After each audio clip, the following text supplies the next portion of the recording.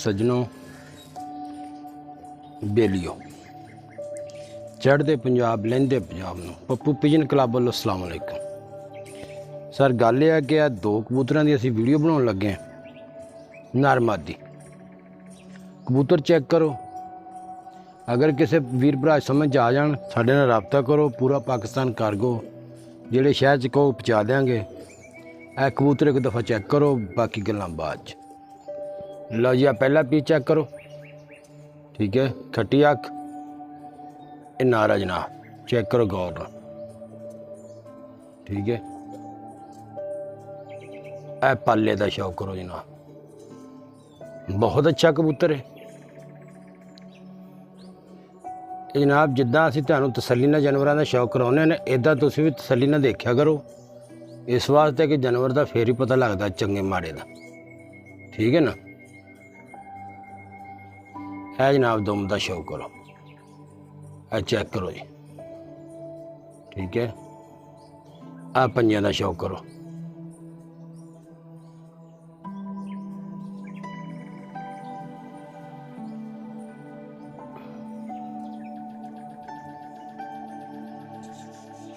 है जनाब मादी है, तसल्ली नाल चेक करो जी।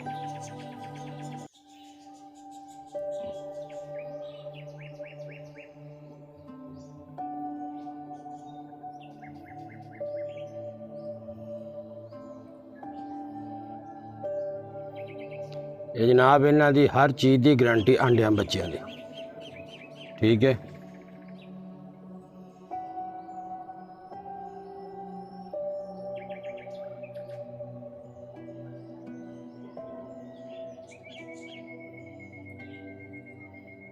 ए दुम का शौक करो जनाब।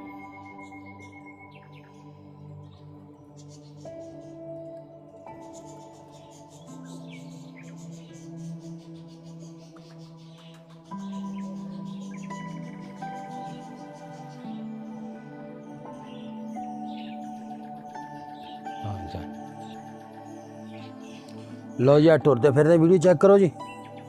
आ मादी है। ठीक है, ए जनाब नार,